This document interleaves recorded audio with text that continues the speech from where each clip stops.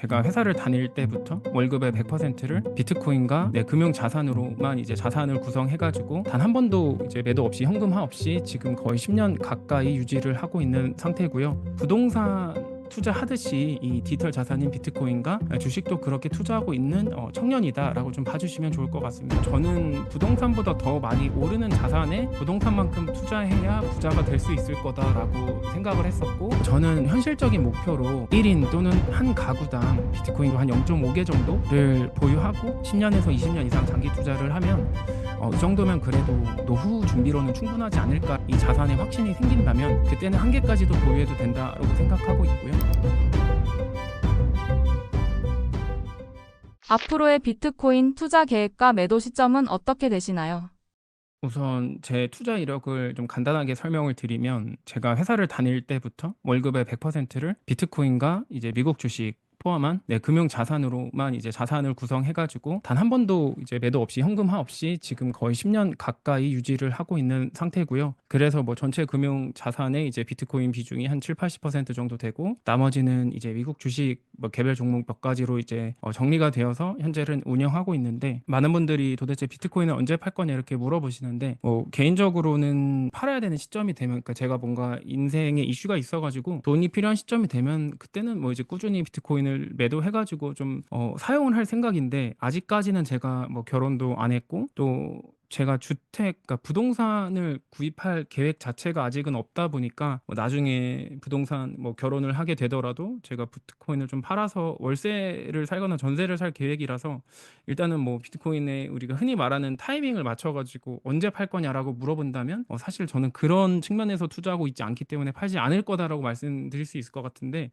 그냥 제가 좀 필요한 시점이 되면 매도하려고 그런 계획을 짜고 있고요. 저는 여태까지 제가 30대 중반인데 금융 자산을 계속해서 모으기만 하고 한 번도 매도한 적은 없어요. 그리고 많이 폭락을 했다라는 판단이 들었을 때는 뭐 코로나나 아니면 2023년 초, 2022년 말, 그때 금리가 한창 올라가면서 금융 자산이 많이 붕괴됐을 때도 대출을 좀 받아 가지고 그 금융 자산들을 매수했었는데, 부동산 투자하듯이 이 디지털 자산인 비트코인과 주식도 그렇게 투자하고 있는 청년이다라고 좀 봐주시면 좋을 것 같습니다. 그래서 많은 분들이 이제 궁금해하시는, 뭐 이때쯤에 사서 이때쯤 팔아가지고 뭐 다른 부동산으로 바꾼다거나 약간 이런 식의 접근 방법은 좀 아니라서, 그렇게 좀 설명드릴 수 있을 것 같습니다. 그래서 매도 시점이라고 딱히 잡고 있는 건 없다. 그냥 앞으로 우리가 살아가야 될 세상에서 이 무형의 디지털 자산의 가치가 계속해서 올라갈 수밖에 없고, 그렇기 때문에 팔지 말고 뭐 최소 5년에서 10년 정도는 정말 최소한 이 시대가 성장하는 흐름을 온전히 누리기 위해서 보유해야 된다라고 좀 주장하고 있고, 저도 실천하고 있습니다. 지금은 제가 개인 사업자로서 그 비트코인 관련된 콘텐츠를 제작하면서 생활비를 벌고 있기 때문에 보유한 자산을 매각해 가지고 생활비로 쓰고는 있지 않는 상태인 거고요. 기존에도 제가 회사를 다니면서 월급을 받았고 그 월급 가지고 다 매수를 했고, 이후에 좀 폭락장이 왔을 때는 이제 회사가 이제 대기업이고 하다 보니까 좀 신용대출 같은 것들이 잘 나와 가지고 좀 그렇게 매수를 했고, 나중에 만약에 제가 뭐 더 이상 그 경제 활동을 못 하게 되면 그때는 당연히 이제 자산을 팔아 가지고 매각해서 생활비를 써야 되겠지만, 지금은 딱히 제가 뭐 생활비가 많이 들어가고 있는 편은 아니어 가지고요. 딱히 뭐 매도하거나 그럴 계획은 없습니다. 정확히 말하면 화폐라기보다는 이제 가치 저장의 수단이라고 볼 수 있을 것 같아요. 제가 사업을 하든 아니면은 급여를 받든 어쨌든 그 원화, 그러니까 우리가 법정 화폐로 급여를 받는데 그걸 그대로 예적금으로 풍차를 돌리면 뭐 실제 인플레이션 대비해서 예적금이 너무 낮다 보니까 계속해서 가치를 잃어가고, 그러면 이제 보통 사람들, 한국의 경우에는 영끌해서 아파트를 사 가지고 이제 주거도 해결하고, 그다음에 가치 저장 수단으로서 이제 인플레이션을 뭐 해칭하는 식으로 보통은 투자를 하는데, 제가 생각했을 때 이미 사실 서울의 아파트가 비싸서 저도 살 수가 없는 상태였기도 했고, 두 번째로 저는 부동산보다 더 많이 오르는 자산에 부동산만큼 투자해야 부자가 될 수 있을 거다라고 좀 생각을 했었고, 그래서 좀 고민을 많이 하고 공부해 가지고 찾은 게 비트코인이어서 그렇게 투자를 한 거라서, 우리가 부동산을 가지고 이렇게 사팔사팔하지 않고 보통은 이제 장기간 투자하기 때문에 인플레이션을 충분히 해칭하는데, 그 측면에서 비트코인을 바라보고 있다고 좀 봐주시는 게 좋을 것 같습니다. 노후 준비를 위해 한 달에 어느 정도 비트코인을 구매해야 한다고 생각하시나요? 사실 한 달에 얼마라고 제가 고정해서 드리기가 좀 어려워요. 왜냐면 제 또래 분들은, 저도 제가 대기업을 다녔지만 한 달에 뭐 200만 원 가처분 소득 내기가 사실은 좀 쉽지가 않거든요.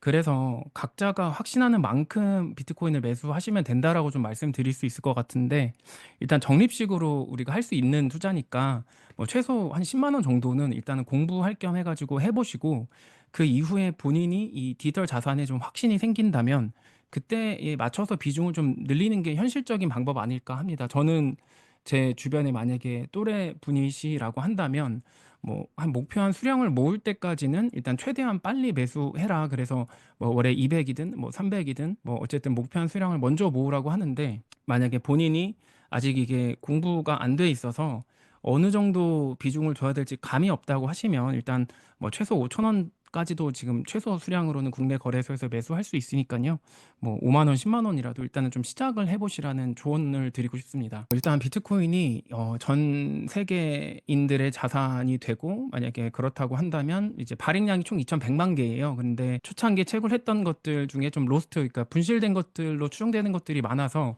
뭐 실제로 지금 채굴 안 된 게 한 200만 개 정도 되고 채굴된 게 한 총 900만 개인데, 그렇게 합쳐서 2,100만 개인데 그중에서 로스트로 우리가 분류하는 게 한 3,400만 개 되니까, 뭐 실제로 80억 인구, 뭐 늘어나면 한 100억 인구까지 되겠죠. 사람들이 소유할 수 있는 비트코인의 개수 자체가 1,800만 개 이하로 굉장히 제한적이라서요. 뭐 1인당 한 개를 갖는 게 사실상 물리적으로 어려워요. 물리적으로 어렵고, 그리고 지금 한 개의 비트코인 최근에 좀 많이 떨어졌다고 하더라도 1억 2천인데, 이 1억 2천을 사실 온전히 한 개를 보유하는 게 좀 쉽지가 않아서, 저는 좀 현실적인 목표로 1인 또는 한 가구당 비트코인 그래도 한 0.5개 정도를 보유하고 10년에서 20년 이상 장기 투자를 하면, 이 정도면 그래도 노후 준비로는 충분하지 않을까라고 계속 이야기를 드리고 있고요. 그 준비하는 과정에서 만약에 본인이 조금 더 이 자산에 확신이 생긴다면 그때는 한 개까지도 보유해도 된다라고 생각하고 있고요. 우리가 보통 이제 코인이라고 하면 단기간에 막 뭐 몇만 배, 뭐 몇십 배 올라가지고 회사를 그만두고 막 노는 이런 이미지를 생각하시는데, 비트코인은 이미 전 세계 자산 중에서 시가총액 10등 안에 들어오는 굉장히 큰 자산이 되어 버렸기 때문에, 지금 그런 관점에서 접근하기보다는 현실적으로 한 6천만 원 정도 되는, 그러니까 0.5개 정도 사면 지금 6천만 원인데, 그거를 모아서 한 10년에서 20년 정도 장기 투자를 하면 그래도 한 개인이 뭐 노후 준비를 하는데, 또는 한 가구가 노후 준비를 하는 데는 좀 충분하지 않을까 정도 생각하고 있습니다. 암호화폐 지갑을 보유해야 하는 이유는 무엇인가요? 네. 우선 그 비트코인을 투자하는 대부분의 분들이 흔히 말하는 우리 업비트나 빗썸, 뭐 또는 이제 해외 거래소 중에는 바이낸스, 요렇게 세 군데에서 비트코인을 이제 많이 매수하고 보유하고 계신데요. 그 비트코인을 뭐 무조건 제가 지갑에 옮겨야 된다라고 말씀드릴 순 없지만, 이 옮겼을 때 비트코인이라는 탈중앙화된 디지털 자산의 장점을 온전히 활용할 수가 있거든요. 제가 자주 하는 예시인데요. 우리가 금은방에서 보통 금을 사면 그 영수증을 갖고 오는 게 아니고, 금이랑 영수증을 같이 갖고 와서 집에 있는 금고나 어디 뭐 장롱 아래 두는 것처럼, 그 비트코인을 만약에 트럼프 대통령이 말한 대로 디지털 골드라고 한다면, 그 디지털 골드를 금은방에서 사 가지고 내 개인 지갑으로 옮겨야 되는 건 너무나 당연한 이야기잖아요. 그래서 그 측면에서 좀 바라보시면 될 것 같고요. 그럼 지갑으로 옮기는 게 무조건 좋은 거냐라고 한다면, 저는 장단이 있다라고 말씀을 드릴 수 있을 것 같습니다. 뭐 예를 들어서 우리가 금은방에서 금을 사 가지고 집으로 가져올 경우에 금은방이 갑자기 망한다거나, 아니면 금은방 직원이 가지고 도망간다거나, 그런 리스크로부터는 우리가 안전한데, 반대로 내가 집에 보관했다가 뭐 도둑이 든다든지, 또는 내 가족이나 누군가가 뭐 훔쳐간다든지, 또는 뭐 홍수가 나거나 불이 나 가지고 금고가 소실돼 가지고 내 금을 잃어버릴 가능성이 있는 것처럼, 그 비트코인도 거래소랑 암호화폐 지갑이라고 있는데, 이제 그 지갑에 가져올 경우에는 앞서 말씀드린 그런 어떤 거래소의 윤리적인 문제들, 예를 들면 이제 뭐 마운트 곡스 사건도 있었고, 최근 기준으로 2022년도에 미국의 FTX라고 하는 그 거래소의 그 되게 비윤리적인 이슈로 인해서 파산했었던 그런 걸로부터는 안전한데요. 반대로 개인 지갑에 보관을 할 경우에 이런 화재나 또 이런 여러 가지 물리적인 상황에서 내가 개인 키 비밀번호를 분실하게 된다면 비트코인을 어떻게 보면 잃어버릴 수가 있는 거기 때문에 이 장단점을 분명하게 공부해 가지고 어디에 어떻게 보관하는 게 유리할지를 좀 저 같은 경우는 공부해 보시라는 이제 제안을 드리고 있는 거고요. 만약에 개인 지갑에 이제 비트코인을 보관할 경우에는 비트코인이라는 시스템 자체가 없어지지 않는 이상 그런 계엄 사태나 어떤 특수한 상황에서 거래소를 이용하기 어려울 때가 있는데 그때 개인 지갑에 보관을 하고 있으면 내 비트코인을 365일 24시간 전 세계 어디로든 보낼 수 있다라는 장점이 있고 또 누군가의 어떤 물리적인 어떤 위협이나 금융 통제로부터 검열로부터 제가 완벽하게 내 자산을 보호할 수가 있거든요. 이게 좋은 예시일지는 모르겠지만 러시아의 옛날에 첼시 구단주였던 아브라모비치라는 사람이 있어요, 구단주가. 그 사람이 러시아가 전쟁을 일으켰고 러시아 너네 나라의 대통령이 잘못된 전쟁을 일으켰기 때문에 그런 러시아 출신의 부자들의 개인 금융 자산을 유럽이나 미국에 있는 것들이 동결을 당했는데 그래서 그 사람이 이제 몇 개의 구단주였었는데 그걸 지분을 다 빼앗겼거든요. 그래서 지금 터키 쪽으로 망령을 가했었는데 만약에 그런 부자들이 부동산이나 주식이 아닌 개인 지갑에 비트코인으로 보관을 했다면 그게 사실 빼앗기지 않을 수 있어 가지고 재산권을 지킨다는 측면에서는 개인 지갑에 두는 게 굉장히 장점이 있고요. 대신에 반대로 개인 지갑에 뒀다가 분실하면 책임이 온전히 나에게 있기 때문에 좀 충분히 공부를 해 보시면 좋을 것 같고 이 비트코인이라는 자산에 대해서 좀 깊이 있게 공부를 하다 보면 자연스럽게 '이것도 해야 되겠다.'라는 생각이 드실 겁니다. 그래서 제가 그런 콘텐츠들을 좀 제 유튜브 채널에서 만들고 있고 저도 그래서 제가 개인 지갑이라고 하는 것들을 여러 가지 써 보고 이 단점들을 보완해 가지고 전 세계 비트코이너들이랑 같이 함께 해 가지고 또 제가 원더케이라고 하는 지갑을 또 론칭을 했고요. 그래서 지금 떠먹여 주는 팁이 여기 구독자분들께도 무조건 지갑을 무조건 옮기세요 이런 것보다는 지갑이 어떤 건지 공부를 해 보시라는 저는 좀 제안을 드리고 싶고 공부가 관심 있으신 분들은 제가 더보기에 영상도 부탁드릴 테니까 한번 보시면 좋을 것 같습니다. MSTR 같은 비트코인 관련 주식에 대한 투자 전략은 어떻게 보시나요? 우선 MSTR 같은 경우는 전 세계에서 비트코인을 가장 많이 보유한 개별 기업이라서 이제 비트코인의 레버리지 성격으로 비트코인 대신에 투자하시는 분들이 좀 많이 있었고 지금도 사실 투자를 하시는 분들이 꽤 많은 걸로 알고 있는데요. 그냥 저도 MSTR을 뭐 일정 부분 가지고는 있습니다. 예전에 비트코인이 한 2천만 원까지 떨어졌을 때 저도 그때 사 놓은 것들이 좀 있어 가지고 여전히 보유는 하고 있는데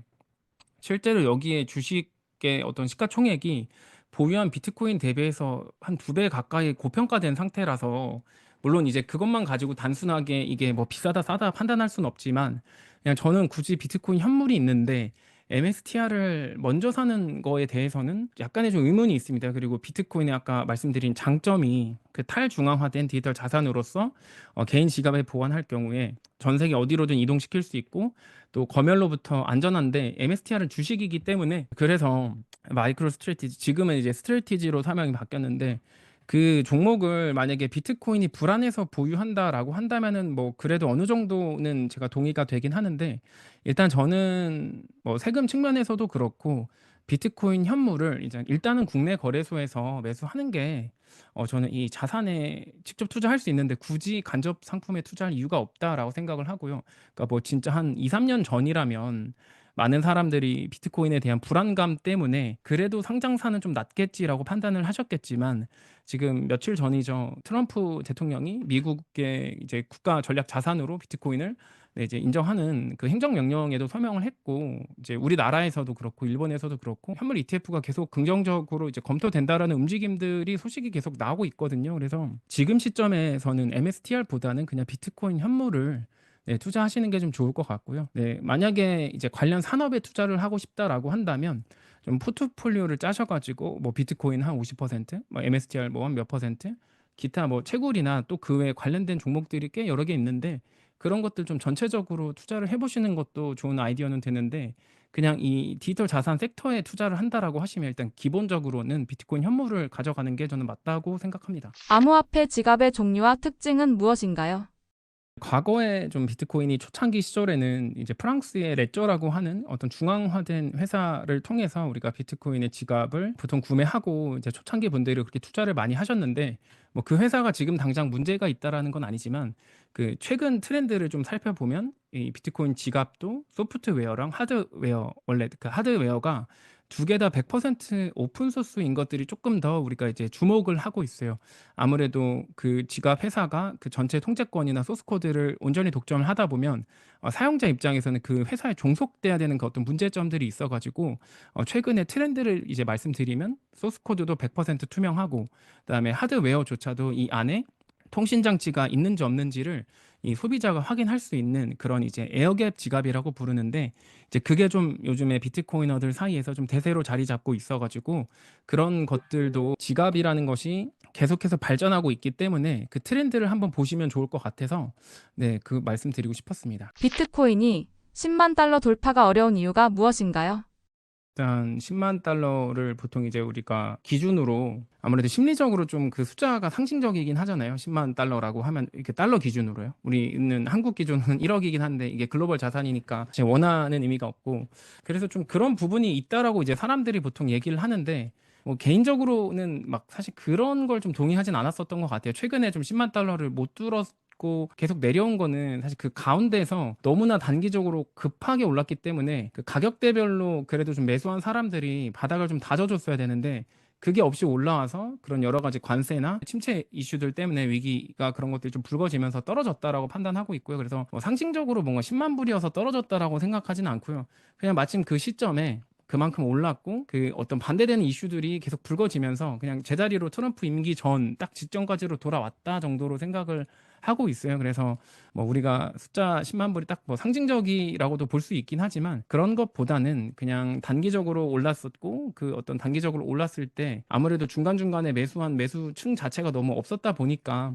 여러 이슈들 때문에 금방 내려왔다 정도라고, 8만 불까지 내려왔다 이렇게 판단하는 게 저는 좀 더 논리적이다라고 생각을 합니다. 초기 비트코인 발견자들의 10만 달러대 매도 가능성에 대해서 어떻게 생각하시나요? 뭐 최근에 기준으로도 완전 거의 초창기 지갑이라고 이제 표현하는 게 한 2009년에서 2010, 11년도 요때쯤에 이제 채굴했던 사람들의 이제 비트코인이 이동했다라는 그 이슈들이 있었어요, 최근에도. 근데 그 사람들이 뭐 실제로 이걸 매도했는지 안 했는지 뭐 정확하게 저희는 알 수가 없죠. 알 수가 없는데, 이런 것들보다는 저는 지금은 그 고래들, 그러니까 흔히 말하는 초창기 투자자들의 매도보다는 그냥 지금은 수요가 늘어나는 부분들에 좀 집중을 해야 될 것 같아요. 그래서 지금 10만 달러대를 돌파하지 못한 것도 그 고래들이 매도해서라기보다는 그냥 시장 자체의 어떤 불확실성이 커져가지고 그 수요들이 잠깐 주춤했고 단기 투자자들이 빠져나왔기 때문에 떨어진 거라서, 뭐 비트코인 초기 발견자들, 우리가 말하는 사토시 나카모토를 제외한 초기 투자자들이 뭐 매도할 수는 있지만, 이게 뭐 한 5년 전만 해도 초창기 발견자들의 매도 시그널이 굉장히 시장에 큰 폭락을 가져왔는데, 한 작년 재작년도부터는 그 시장이 좀 둔감해지면서 이제는 크게 이렇게 동요하지 않는 수준까지 왔다고 저는 보거든요. 그래서 당연히 뭐 사람의 인간의 수명이 무한하지가 않기 때문에 뭐 당연히 돈이 필요한 사람들은 매도하겠지만, 어쨌든 그게 손바뀜이 필요한 자산이잖아요. 모든 부동산도 그렇고 주식도 그렇고 인간의 수명이 무한하지가 않기 때문에 당연히 어떤 특정 자산의 손바뀜은 너무나 당연한 거고, 저는 그냥 그 자연스러운 현상이라고 생각하기 때문에 뭐 초창기에 발견한 사람들이 뭐 아무리 매도를 한다고 하더라도 시장에서 그 국가나 기업 단위의 수요가 받쳐준다면 가격이 그렇게 붕괴되거나 그러지 않을 것 같고요. 그리고 뭐 장기간 투자하는 사람들이 그 돈이 많다라고 하면, 보통 이제 비트코인을 장기 투자한 사람들은 가치 저장의 수단으로 부동산보다 더 좋다고 생각하기 때문에 필요한 만큼만 매도를 하지, 보통 가지고 있는 걸 다 파는 경우는 별로 없다고 생각하거든요, 저 같은 경우도. 그래서 좀 그런 부분을 봤을 때 뭐 당연히 비트코인에 초창기 투자한 사람들이 10만 달러일 때 대거 매도할 수는 있지만, 어떤 자산이 올랐을 때 그 손바뀜이 되는 것들은 너무나 자연스러운 현상이고, 뭐 그렇게 된다고 하더라도 계속해서 수요가 올라가기 때문에 그게 뭐 자산 시장의 붕괴를 가져오진 않을 것 같다라는 게 제 생각입니다. 최근 폭락 이후로 비관론이 늘어난 상태에서 2025년의 가격 전망은 어떻게 보시나요? 이제 최근에 비트코인이 가격이 좀 떨어지면서 이제 여러 차트 분석하시는 분들이 이제 한 7만 5천, 뭐 7만, 6만 5천, 뭐 5만까지 열려 있다 이런 말씀을 하시는 분들은 많은데요. 좀 재미있고 고무적인 사실은 비트코인이 망할 거라고 전망하는 사람들은 없더라고요. 그래서 그 바닥이라는 건 사실 아무도 맞출 수가 없죠. 그 바닥이라는 거를 알면 사실 다 부자가 됐었을 건데, 네, 그래서 이게 어떻게 보면 그 비관론이라는 것도 옛날에는 비트코인이 없어진다는 얘기가 훨씬 많았는데 지금 그거 없이 야, 바닥이 어느 정도까지다라는 그런 의견만 많은 걸 봤을 때 이 자산에 대한 비관론은 사실 거의 없어진 것 같고요. 오히려 희망적인 얘기들, 펀더멘털이 좋아지는 기사들을 더 쉽게 찾으실 수 있을 거라고 생각을 하고요. 그 올해 기준으로 가격이 얼마 갈 거냐라고 했을 때 저는 시장의 긍정적인 요소랑 부정적인 요소를 좀 같이 봐야 된다라고 생각을 하는데 지금 시점에 뭔가 정부나 어떤 기관 차원에서 이 장기 전략을 바꾸지 않는 이상 사실 시장에 나올 수 있는 매물 자체가 뭐 그렇게 많지는 않거든요. 그랬기 때문에 저는 이번에 엔비디아가 뭐 한 30% 빠지고 테슬라가 거의 반토막 나는 상황에서도 비트코인은 겨우 20%만 빠졌다라고 생각을 해요. 그래서 그 측면에서 좀 봤을 때 제가 뭐 가격 전망을 하는 편은 아니지만 그냥 저의 조심스러운 어떤 희망을 좀 섞어서 같이 말씀드리면 미국도 일단 연방 정부 차원에서 전략 자산으로 인정을 했고 계속 주 단위에서 적립하려고 하는 그 비축 자산으로 하는 움직임들이 계속 일어나고 있고 그다음에 뭐 러시아나 중국에서 구체적인 움직임은 없지만 그럴 가능성이 높다라는 그런 소문들도 솔직히 계속 흘러나오고 있고 그런 전체적인 상황들을 좀 고려해 봤을 때 올해 연말에 그래도 지금이 한 8만 달러라고 하면 그래도 한 15만 달러까지는 충분히 열려 있지 않을까 생각을 하고 있습니다. 트럼프 코인 발행 이후 밈코인 시장 영향과 전망을 어떻게 보시나요? 저는 그 밈코인에 사실 투자해 본 적도 없고 투자도 하지 말라라고 이제 얘기하는 편이거든요. 근데 그게 뭐 사실 잘못됐다라고 생각하기보다는 우리도 막 예전에 보면 유희왕 카드 막 이런 포켓몬스터 카드 같은 거 모았잖아요.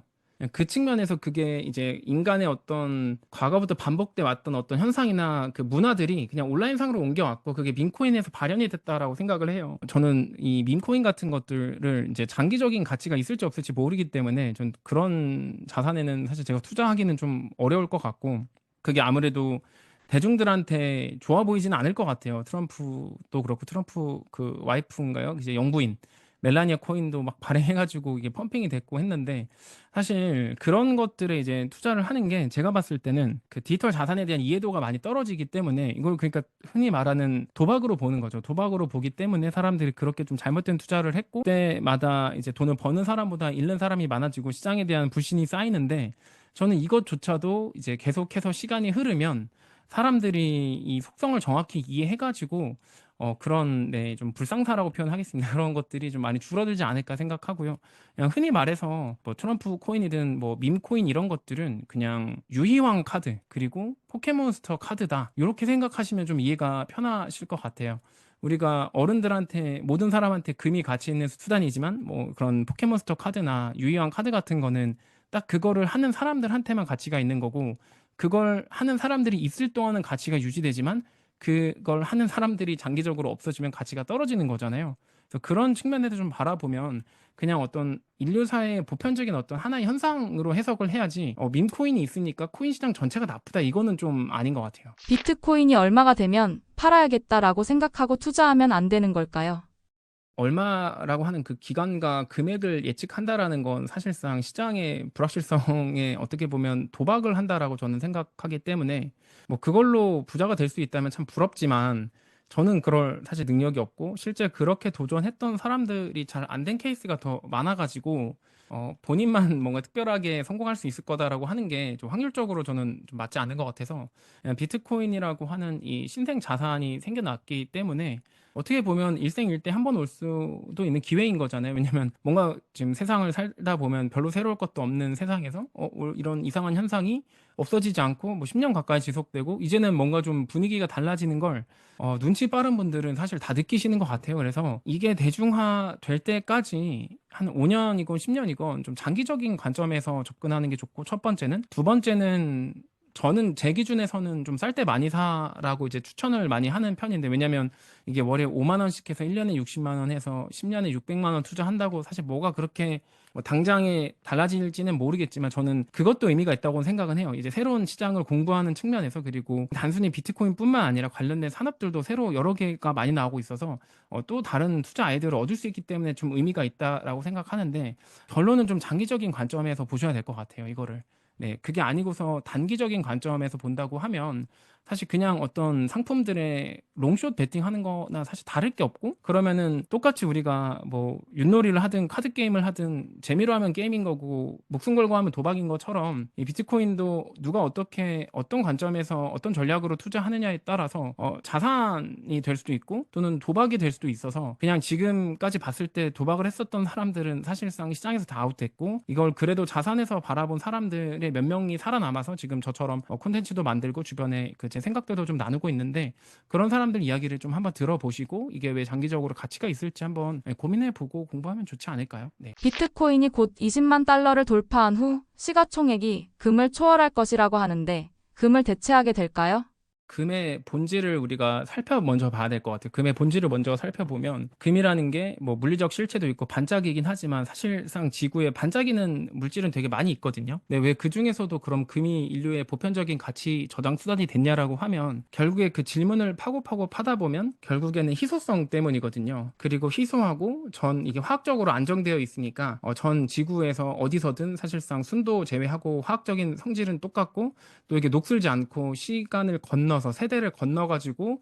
형질이 변하지 않다 보니까 사람들이 이 5천 년 정도 역사 동안에 금은 그래도 전 지구에서 보편적으로 이제 가치 저장 수단이다라고 받아들여졌는데요. 말씀드린 대로 금이 희소하고 성질이 바뀌지 않았기 때문에 가치 저장 수단으로 받아들여졌다면, 그리고 금이 은이나 구리보다 더 오랜 기간 더 가치 있는 물질로 받아들여졌다면, 그 특징이 딱 살펴보면 되는데 딱 하나거든요. 그 지금에 와서야 사실은 뭐 반도체에도 쓰고 치과 치료에도 쓰지만 2, 300년, 500년 전에는 사실 금이라는 게 왕관이나 이런 어떤 가치 저장, 그러니까 장신구 말고는 사실 쓰임새가 없었고, 그렇게 쓰였던 이유도 반짝여서라기보다는 반짝이면서도 화학적으로 안정적이고 녹슬지 않고 또 그만큼 희소했기 때문이에요. 그래서 희소성 측면에서 바라보면 디지털 세상에서 이제 옛날에는 어떤 특정 컨텐츠나 이 어떤 개인의 소유권을 구별하는 게 불가능했는데, 이 블록체인이랑 그다음에 POW라고 하는 채굴 시스템 등을 통해서 이 비트코인이 탄생을 했고, 그래서 여기에 가치를 부여할 수 있게 됐고, 이게 지금 시점에 금보다 더 희소하다라고 우리가 수학적으로 확증이 되기 때문에, 그래서 저는 비트코인이 금의 지위를 충분히 따라갈 수 있다라고 생각하고 있고, 보시면 지금 막 금의 이제 가치가 많이 올라서 역시 금이 안전자산이야 이렇게 말씀하시는 분들이 많은 건 알고 있는데, 그 지난 10년으로 따져보면 금이 한 3, 4배 정도밖에 안 올랐고, 같은 10년 동안 뭐 우리 흔히 말하는 김밥 천국 김밥도 지금 4천 원 넘어가고 있고, 서울의 아파트도 한 3, 4배씩 다 올랐거든요. 그러니까 금이 인플레이션을 해칭한 건 맞지만, 그렇다고 금을 투자했다고 해서 부자가 된 건 아니거든요. 근데 같은 기간 동안 그 비트코인은 금의 시가총액을 굉장히 빠른 속도로 빨아들여서 지금 한 10% 정도까지, 그러니까 금 현물이 인류에서 5천 년 동안 만들어왔던 가치의 10%를 벌써 한 15년 만에 따라잡았기 때문에, 시장에서 돈은 저는 거짓말하지 않는다라고 생각을 해요. 그래서 빠른 속도로 이렇게 따라잡았다는 건 그 희소성을 충분히 이제 시장에서 인정을 했기 때문이고, 남은 기간 동안 금의 성질을 다 따라잡을 수 있다라고 생각하는 이유는 확실하게 금보다 더 희소하면서도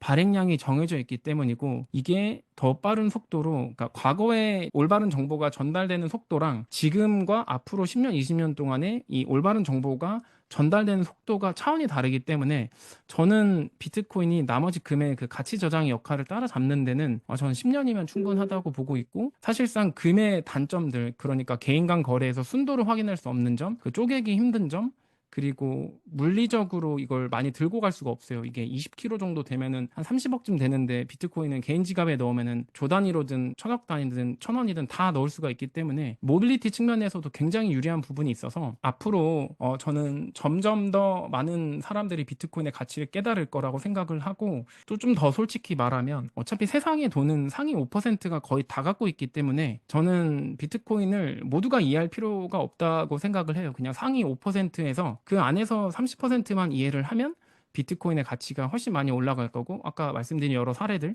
지금 부동산과 금과 주식이 많은 사람들이 각 나라에서 각국 정부로부터 어떤 재산권을 침해받는 상황들이 계속 늘어나면서, 실제 그런 사람들의 포트폴리오가 비트코인이 1%, 5%, 뭐 10% 이런 식으로 늘어나고 있는 것들이 관측이 되기 때문에, 저는 충분히 금의 지위를 뭐 10년 안에 따라잡을 수 있을 거다라고 생각을 하고 있습니다. 최근 비트코인 가격의 상승과 금 가격의 상승이 같이 갔던 적이 많은데 앞으로도 이렇게 같이 가게 될까요?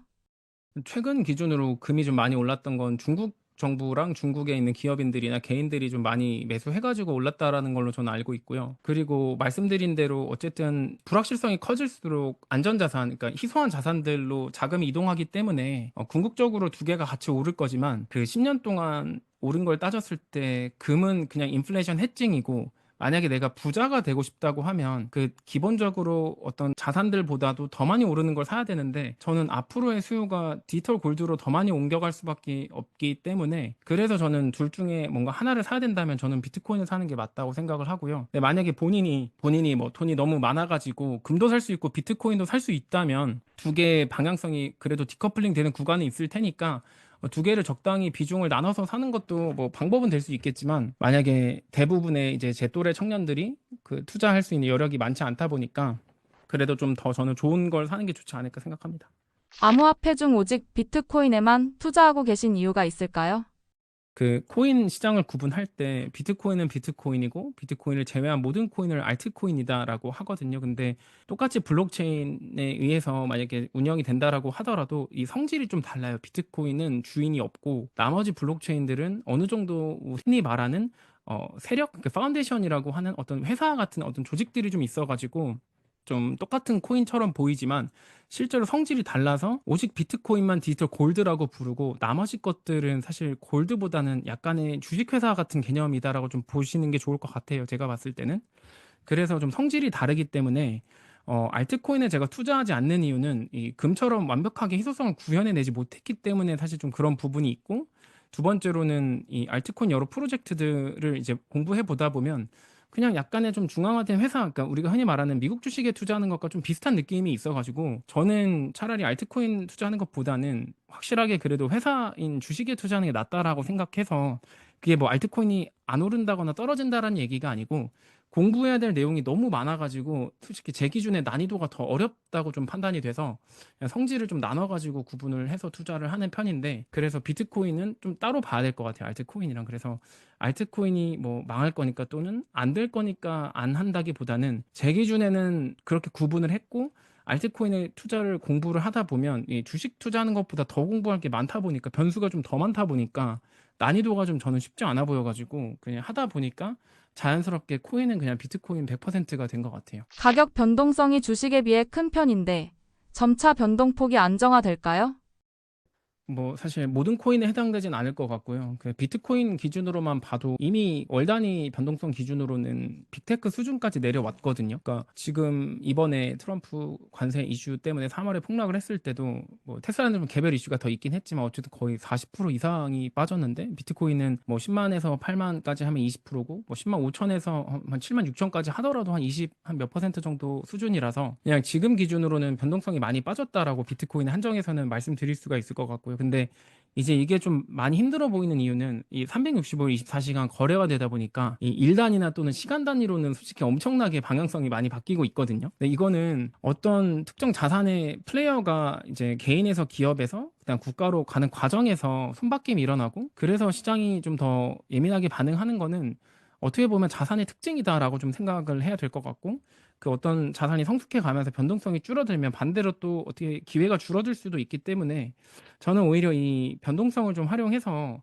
많이 떨어졌을 때 좀 더 사고 그다음 좀 올랐을 땐 꾸준히 사는 식으로 대응하는 게 현실적이지 않을까 생각을 해요. 왜냐하면 막 뭐 강남의 아파트든 서울의 아파트든 젊은 청년들이 못 사는 이유가 변동성이 없어서잖아요. 계속 비싸기만 하니까 모아서는 살 수가 없고 부모님이 도와주지 않는 이상 살 수가 없는 거고 그러니까 자산의 격차는 계속 늘어나는 거고 근데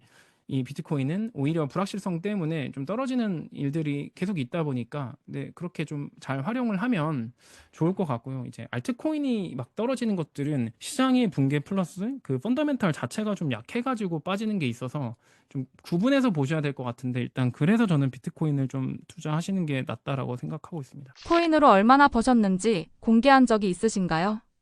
직간접적으로 뭐 언급하긴 했는데 이게 말씀드린 대로 그럼 최고일 때 기준으로 말을 해야 될지 아니면 지금처럼 좀 떨어졌을 때 해야 될지는 모르겠지만 뭐 예를 들어서 우리가 흔히 그 글로벌 기준으로 뭐 1밀리언 그러니까 우리 돈으로 한 14, 15억 정도를 금융자산 기준으로 갖고 있으면 부자라고 한다면 뭐 지금 떨어진 시점에서도 그 이상은 제가 갖고 있기 때문에 뭐 부자라고도 칭할 수도 있고 뭐 한국에서는 물론 이제 뭐 한 100억은 있어야 뭐 부자라고 하지만 뭐 저는 제가 봤을 때는 그 어떤 이 자산에 대한 이해가 있고 그리고 이걸 꾸준히 그 불려갈 수 있는 능력이 있고 그다음에 어느 정도 기준이 된다라고 하면 저는 부자라고 판단을 하는데 뭐 그 측면에서 봤을 때 저는 어쨌든 이 시장의 흐름을 충분히 제 기준에 충분히 그래도 경험을 했기 때문에 네 저는 그렇게 가져가고 있고 뭐 얼마를 벌었다라고 하는 게 얼마를 넣어서 얼마에 팔았냐 이렇게 되는데 저는 사실 제가 그거 거의 계산 없이 그냥 전부 다 계속 100% 현금 비중 없이 넣고 있기 때문에 뭐 구체적으로 제가 얼마 벌었다라 하긴 좀 어렵지만 그래도 흔히 말하는 금융자산 기준으로는 국내든 해외든 그 상위 몇 퍼센트 안 들어가진 않을까 생각하고 있습니다. 따로 투자하고 있는 종목은 어디인가요? 비트코인과 함께 투자하고 계신 특별한 이유가 있으신가요? 그냥 저는 뭐 비트코인만 좋다 이런 거보다는 저는 수요가 지속되고 공급의 제한적인 자산의 가치는 상승한다라는 좀 간결한 투자 원칙을 바탕으로 국내 주식도 했었고 미국 주식도 했었고 ETF 투자도 했었고 여기에 더불어서 그 어떤 폭락장이 왔을 때는 저는 부동산 살 때도 사람들이 대출 받아서 사는 것처럼 그 좋은 자산이라고 한다면 부동산 대출하는 것처럼 똑같이 신용 대출 받아도 된다라고 이제 판단을 해가지고 뭐 그런 식으로 좀 금융자산을 부동산처럼 투자를 했고 부동산의 단점은 이제 평단을 낮출 수가 없지만 금융자산은 떨어졌을 때 대출받아서 매수하면 평단을 낮출 수 있는 거를 이렇게 좀 제가 혼합해가지고 저만의 전략으로 지난 10년 동안 그 한 번도 현금화한 적은 없고 계속 100% 포지션만 갖고 있었고 그러다 보니까 오를 때는 많이 오르고 또 떨어졌을 때는 하락을 그대로 맞았어요. 결과적으로 돌아보면 제가 팔지 않고 제 원칙을 지켰기 때문에 그래도 지금 시점에 두 번이나 책을 썼고 베스트셀러가 되고 또 세 번째 책도 지금 준비하고 있고 또 그거 기다려 주시는 구독자분들도 생겼는데 제가 좀 말씀드리고 싶은 건 뭐 무조건 코인이 더 좋다 이런 것보다는 이 법정 통화의 가치가 계속해서 떨어지는 상황에서 우리는 어쩔 수 없이 어떤 선택지가 있어요. 근데 그 선택지라는 게 부동산, 주식, 이제 흔히 말하는 코인까지 있는 것 같고 그 세 개 중에서 내가 원하는 미래를 좀 더 그리기 위해서 어떤 거에 또 투자를 해야 되냐고 봤을 때 저는 사실 전 지금 시점에서는 비트코인 투자하는 게 맞다 생각하는데 저도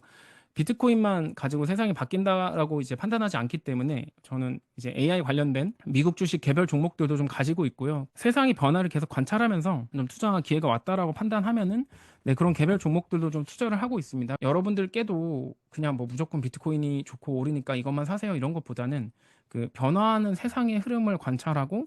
앞으로 전 세계 사람들에게 수요가 지속되고 공급이 제한적인 어떤 자산이나 또는 그 사람들한테 어떤 필수적인 서비스를 제공하는 어떤 독보적인 기업들을 예, 투자를 하셔라 이렇게 좀 말씀드리고 싶습니다. 현금화를 전혀 하지 않았다고 하셨는데 부자가 되었지만 생활의 변화는 전혀 없으신 건가요? 뭐 그렇죠. 근데 이제 생활에 굳이 변화가 있다라고 하면 그래도 흔히 말하는 뭐 되게 좋은 직장을 10년 차 다니고 나서 그만둘 수 있는 사치를 부릴 수 있었던 건 제가 보유한 자산들의 성장이 있었기 때문이고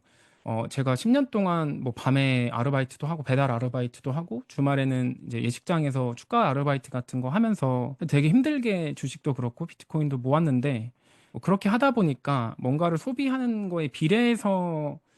사실 만족감을 느끼는 게 굉장히 많이 떨어졌고 지금 시점에서 뭐 제가 막 뭐 이렇게 비싼 스포츠카를 탄다거나 아니면 뭐 트리마지 같은 데서 살면서 뭐 놀고 있지는 않지만 그래도 지금 30대 중반이라는 나이에 제가 원하는 일에 도전하고 제 시간을 온전히 쓸 수 있는 것도 만약에 하나의 어떤 소비의 형태라고 본다면 사실 전 누구보다 굉장히 많은 걸 누리고 있다고 생각을 하고 있고요. 그렇게 할 수 있었던 건 이 새로운 자산에 남들이 편견이 많이 가졌을 때 좀 깊이 있게 공부를 했고 그 흔히 말하는 2016, 17년도 그리고 2021, 2년도의 그 어떤 시장의 붕괴 속에서도 그래도 좀 제 소신을 지켰기 때문에 얻은 보상이다라고 생각을 하고 있어요. 약간의 정당한 보상이다. 그래서 네, 같은 생각이고요. 그 만약에 좋은 차를 타는 게 부자라고 한다면 탈 수야 있겠죠. 뭐 테슬라 모델 X 같은 거 하나 뽑아서 탈 수는 있는데 뭐 사실 저는 제 기준에는 그래도 좀 더 가치 있다라고 이제 믿는 것들이 좀 여행을 많이 한다거나 또는 좋아하는 사람들과 시간을 좀 더 많이 보내는 것들이고 또 플러스로 저는 오히려 회사 다닐 때보다 지금 이 비트코인 관련된 콘텐츠 만드는 데 더 많은 에너지를 쏟고 있는데 일단 재밌어요. 회사를 다니는 것도 뭐 크게 문제는 없었지만 그냥 이렇게 도전을 하고 또 부딪히는 것들이 또 재밌고 충분히 내 소비를 잘 하고 있다고 생각을 하고 있고, 그리고 뭐 먹는 것도 사실 뭐 오마카세 이런 거 뭐 한두 번 먹고 나면 사실 다 똑같잖아요. 뭐 여러분들 중에 요즘 뭐 돈 없어도 저보다 더 잘 먹고 다니는 대학생들도 많고 한데, 그냥 제가 봤을 때는 시간을 그래도 좀 온전히 쓸 수 있다는 부분은 제가 봤을 때 좀 더 그래도 좋은 것 같고요. 만약에 제가 단순히 그 수익률 측면에서 비트코인을 바라봤다면 사실 퇴사를 하지 못했을 것 같은데, 새로운 시장이고 또 가치 저장 수단으로 봤고 이게 대중화될 거라고 확신을 했고, 그래서 그런 콘텐츠를 만들면서 지내니까 네, 오히려 네, 더 오히려 퇴사를 할 수 있게 됐다. 네, 그래서 막 여러분들한테 뭐 비트코인으로 돈 많이 버셔서 회사를 그만두세요 이런 조언보다는, 그렇게 새로운 시장을 공부를 하다 보면 또 새로운 어떤 아이디어들이 떠오르고 그러면 자연스럽게 또 여러 가지 도전을 할 수 있는 용기가 생기고, 저도 뭐 집안이 어려워서 제가 취업을 하게 된 건데, 가장이 돼버리는 바람에 어린 나이에 취업을 좀 빨리 하게 된 건데, 그러면서도 그 조건은 되게 충분했었는데 그냥 제 개인적으로 이 조직 생활 자체가 만족스럽지 않았던 부분들이 좀 있어가지고, 사람들도 좋았고 업무도 좋았는데 그냥 저랑 사람 자체가 그 어떤 조직적인 부분에서 더 잘하기보다는 좀 자유롭게 하는 걸 더 좋아했기 때문에 그래서 나온 거고요. 하여튼 그렇습니다. 그래서 부자가 뭐 됐는데 그냥 뭐 딱히 삶은 달라진 건 없고 그냥 그래도 하고 싶은 것들 좀 하고 있다, 이렇게 네, 말씀드릴 수 있을 것 같네요. 네. 일은 전보다 더 하고 계시지만 부의 해방은 이루셨는데 전보다 더 행복하신가요? 근데 제가 이런 질문을 되게 많이 받아요. 지금 쓰고 있는 책에도 그 앞쪽에 그런 내용을 썼는데, 회사를 저는 나오나 안 나오나 저 삶 자체가 좀 고통이라고 생각하는 사람이라서 뭐가 더 좋다 이런 것보다는 사람마다 좀 맞는 게 있는 것 같아요. 그러니까 뭐 조직 생활에서 안정감을 느끼는 사람들은 충분히 그냥 회사 돈 저보다 더 많은데도 회사 잘 다니시는 분들도 계시고, 저 같은 경우는 조직 생활에서도 저는 그래도 나름 그 노력해서 적응을 잘 했는데도 불구하고 나중에 뭐 개인 자산도 생기고 또 과장도 고가 S를 받고 승진을 하고 연봉도 많이 오르고 또 좋은 직무에 흔히 말하는 되게 좋은 코스로 들어갔는데도 저는 딱히 만족이 잘 안 됐어가지고, 그냥 우리가 대한민국은 보통 이제 그냥 그 어떤 루트 같은 게 있잖아요. 좋은 학교를 가고 좋은 취업을 하고 또 몇 살이 되면 뭐 결혼을 하고 뭐 이런 것들이 있는데, 다만 저 같은 경우는 그런 코스를 따르기보다는 제가 하고 싶은 일에 좀 더 도전을 하는 게 성향상 맞는 사람이었어가지고 이제 그거를 하게 된 거고, 만약에 뭐가 더 행복하냐라고 한다면 저는 둘 다 똑같이 고통스러운데, 그래도 다시 돌아갈래라고 물어본다면 그래도 지금 이렇게 좀 자유롭게 일을 하는 게 저한테는 더 맞아가지고, 결론은 그냥 삶 자체가 고통인데 그 고통스러운 와중에서도 본인한테 조금 더 맞는 것들은 있으니까 이제 그런 것들을 많이 찾아봤으면 좋겠는데, 대부분의 사람들이 회사를 다니고 싶지 않아도 결국엔 생계 때문에 다니니까 저도 똑같은 상황이었고, 그래서 비트코인이나 이런 디지털 자산 그리고 주식 가지고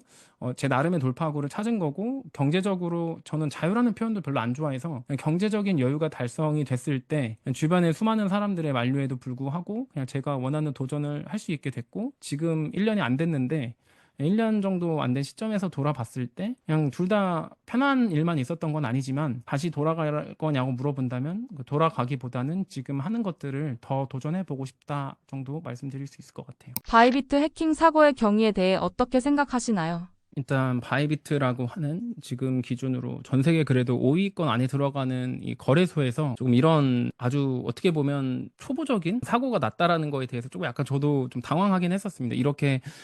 대중화가 되어가는 과정인데 또 사람들한테 실망감이나 또 신뢰를 떨어뜨릴 수 있는 그 어떤 사건이라서 사실 저도 당일에 그 실시간으로 이 해킹 사태를 좀 지켜봤었는데요. 또 반대로 이게 규모가 사실 작지가 않았어요. 이더리움 기준으로 거의 한 40만 개 정도 되는 게 이제 북한의 라자루스라고 하는 해킹 그룹에 이제 엄밀히 말하면 탈취 보이스 피싱을 당한 거예요. 이게 비트코인이나 다른 어떤 블록체인의 네트워크가 고장이 난 게 아니고, 엄밀히 말하면 상대를 기만하는 어떤 그 트랜잭션을 전파해가지고 이제 개인 키라고 하는 암호 키를 라자루스가 이제 가져가가지고 그 소유권을 가지고 이더리움을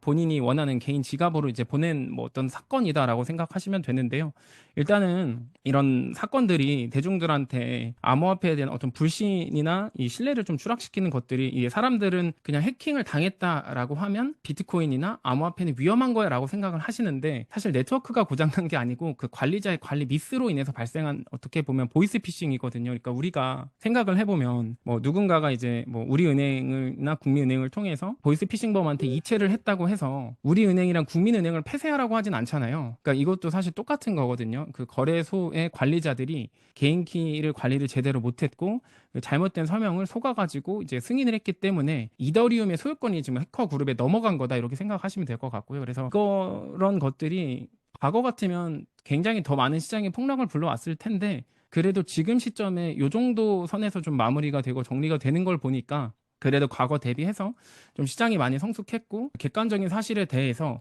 사람들이 옛날처럼 그 막연한 공포심을 갖진 않는구나, 하여튼 그런 두 가지 생각이 좀 들었습니다. 이 해킹 사고가 암호화폐 시장에 미치는 영향은 무엇인가요? 아까 마지막에 말씀을 드리긴 했는데, 이것도 원래 옛날 같으면 더 많은 신뢰 하락이 있었을 텐데, 이 사람들이 이제 어떤 게 문제였는지를 명확하게 구분했다 보니까 시장에 준 영향은 뭐 옛날에 있었던 다른 해킹 사례 대비해서 그렇게 크지는 않았던 것 같고, 또 추가로 그 탈취한 이더리움이 뭐 지금 당장 다 현금화가 된 건 아니거든요. 왜냐면 블록체인의 모든 이동 내역이 다 기록되기 때문에 지금 전담해가지고 추적하는 팀도 있고, 그래서 일단은 뭐 사고 자체는 좀 안타깝긴 하지만 이게 뭐 블록체인에 문제가 있었다거나 그런 건 아니었고, 이런 사고 사례들이 계속 쌓이면서 또 이제 보안은 올라가는 거니까, 또 이게 무조건적으로 역시 사고가 났으니까 무조건 나쁜 거야라고 하기보다는 기술이 어떤 게 새로 나와가지고 대중화되고 또 그 과정에서 사고가 생기고 그게 수습되고 또 보완이 되고 발전되는 것들은 어떻게 보면 좀 자연스러운 현상이기 때문에 이걸 보시는 분들도 무작정 이게 부정적으로 보실 것만 아니라 그래도 좀 좋은 방향으로 흘러가고 있다라고 이해하시는 게 중요할 것 같습니다. 최근 비트코인 가격 변동의 배경에 대해 어떻게 생각하시나요?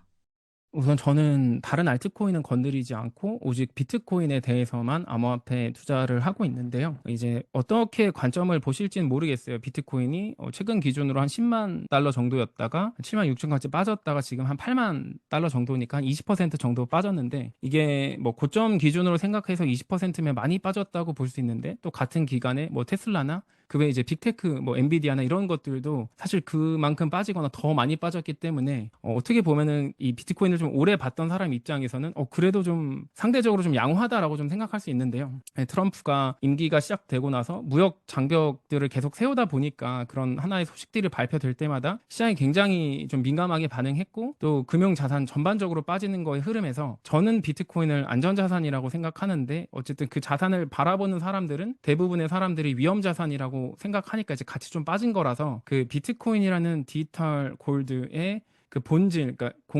수요 공급에 의한 희소성이 사실은 금과 같은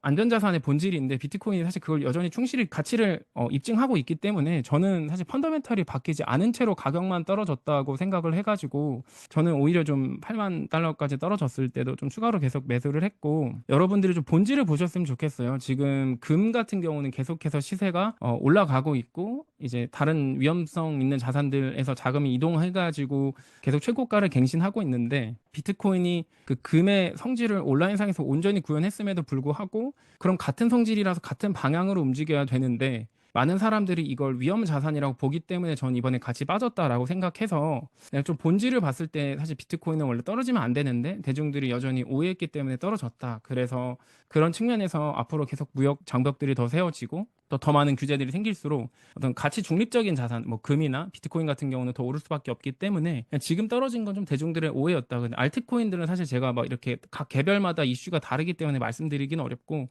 비트코인이라는 디지털 골드에 한정해서 말씀드리면 대중들의 오해 때문에 좀 떨어졌는데, 이 시장이 빠른 속도로 이 자산에 대한 펀더멘털을 학습하게 된다면 저는 뭐 그렇게 길지 않은 시점에 충분히 반등 나오고, 지속적으로 이제 국가 단위에서도 비축을 하고 기업 단위에서는 이미 비축을 하고 있고, 또 현물 ETF가 전 세계적으로 계속 이제 출시가 되고 자금이 유입되면 저는 꾸준히 오를 수 있다고 생각하고 있습니다. 전략 비축 자산 행정명령의 의미는 무엇인가요?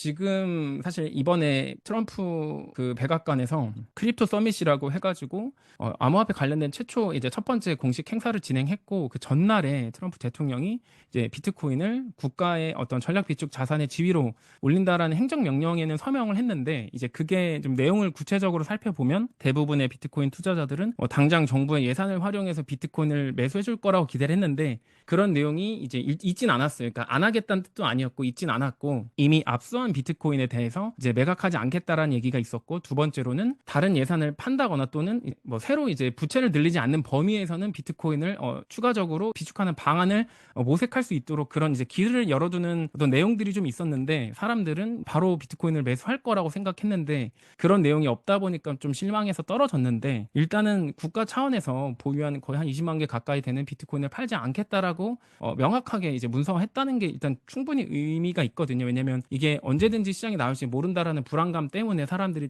주목했었던 부분이 있는데, 그런 것들이 일단 해소가 됐기 때문에 충분히 저는 네, 의미가 있다라고 생각을 하고 있고, 그 이제 행정명령을 통해서 비트코인이 국가 자산이 됐기 때문에 미국 말고도 다른 나라들도 이제 도미노 연쇄적으로 이런 채택을 할 가능성이 높고, 추후에 이걸 비트코인을 뭐 안 사겠다는 뜻도 아니었고, 이제 다른 여러 가지 방안을 통해서 비트코인을 추가적으로 비축을 한다면 금처럼 네, 수요가 계속 늘어날 수밖에 없기 때문에, 새로운 디지털 자산이 기존에는 개인과 기업들 중심으로 이제 가지고 갔다면 앞으로 5년, 10년 동안은 이제 국가 단위에서 비축하는 움직임들이 있을 거고, 그거에 어떤 기초 토대가 마련됐다. 그래서 저는 이 신생 자산의 플레이어가 개인, 기업, 그다음 국가 단위로 옮겨갈 수 있는 그 어떤 토대가 마련됐기 때문에 굉장히 중요한 네, 사건이라고 보고 있는데, 또 대중들은 좀 단기적인 움직임을 추종하는 사람들이 여전히 많다 보니까 좀 실망한 것들이 컸었던 것 같고, 그래서 좀 빠졌던 것도 있는 것 같습니다. 비트코인 시장의 효율성에 대한 견해는 어떤가요?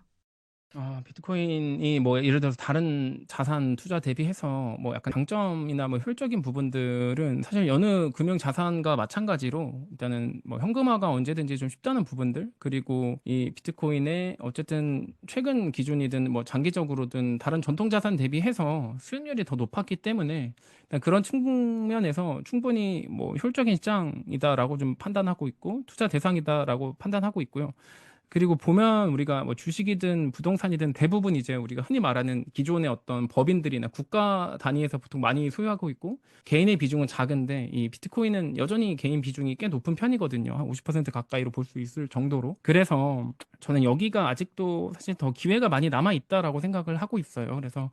이 구독자분들께서도, 듣고 계시는 분들께서도 전통 자산에 이미 많이 오른 것들을 투자해서 그 인플레이션만큼 가져가는 게 부자가 되는 길일지, 아니면 좀 불확실성이 있지만 공부를 했을 때 펀더멘탈이 우리가 앞으로 살아가야 될 갈등과 분열의 시대, 그리고 가상 공간에서 초연결되는 세상에서 이 디지털 골드가 더 가치가 있을지 한번 같이 고민을 해보시면, 저는 비트코인 쪽으로 더 많은 에너지를 쏟는 게 좀 더 합리적인 선택이 아닐까 이런 생각하고 있습니다. 비트코인의 향후 전망은 어떻게 보시나요?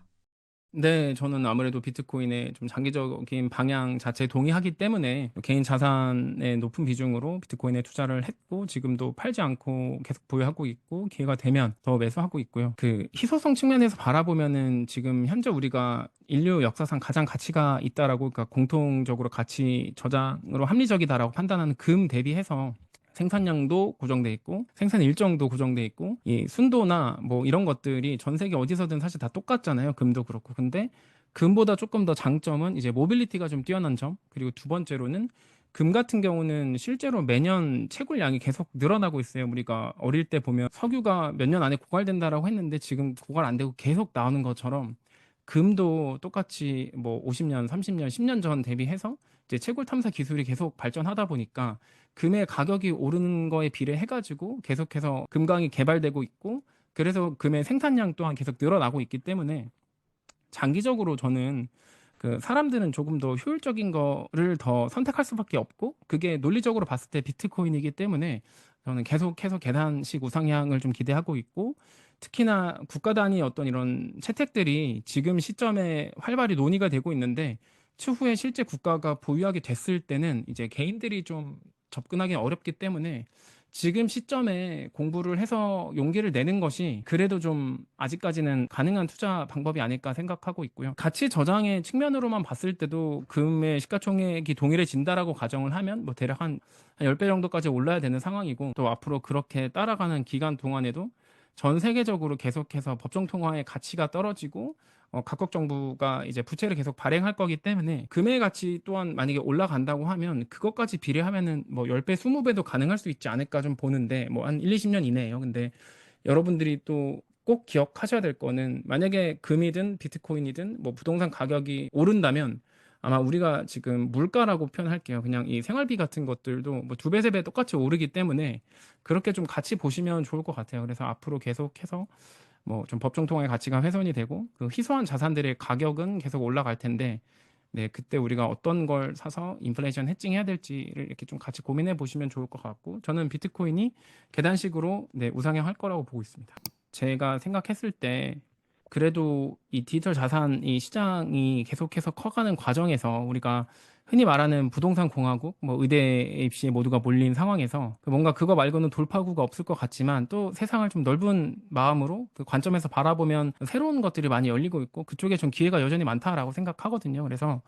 많은 분들이 그런 획일적인 그 어떤 생각들보다는 좀 열린 마음으로 하다 보면 더 현실에서 희망을 더 많이 찾을 수 있을 거라 생각하고, 저도 그렇고 저랑 같이 공부하고 투자하시는 그런 커뮤니티도 있는데, 많은 분들도 이 디지털 자산을 올바르게 공부하면서 앞으로 변화하는 세상에 대해서 기대감이 많이 생겨가지고 비트코인 가격이 좀 떨어졌긴 했지만 오히려 좀 즐거운 마음도 있고 더 설레는 부분들이 있다. 그래서 막 여러분들께 뭐 코인충이니 뭐 이런, 이제 저도 그런 얘기를 많이 들으니까, 근데 그런 것보다는 이제 여러분들이 한번 이 정도까지 왔는데, 비트코인이라는 자산이 트럼프라고 하는 미국의 대통령, 패권 국가의 대통령이 뭐 국가 전략 자산으로 언급하는 시점까지 왔는데 한번 같이 공부하고 고민해 볼 때가 되지 않았나. 나중에 혹시라도 이게 너무 잘 되면 후회할 수도 있으니까. 그래서 비트코인에 부정적인 분들한테는 그런 말씀 드리고 싶고, 지금 같이 공부하고 투자하시는 분들께는 이 비트코인의 가격이 좀 떨어졌다고 해서 우리가 사실 뭐 잘못했다거나 또는 뭐 실수한 게 아니라는 말씀을 꼭 드리고 싶어요. 이게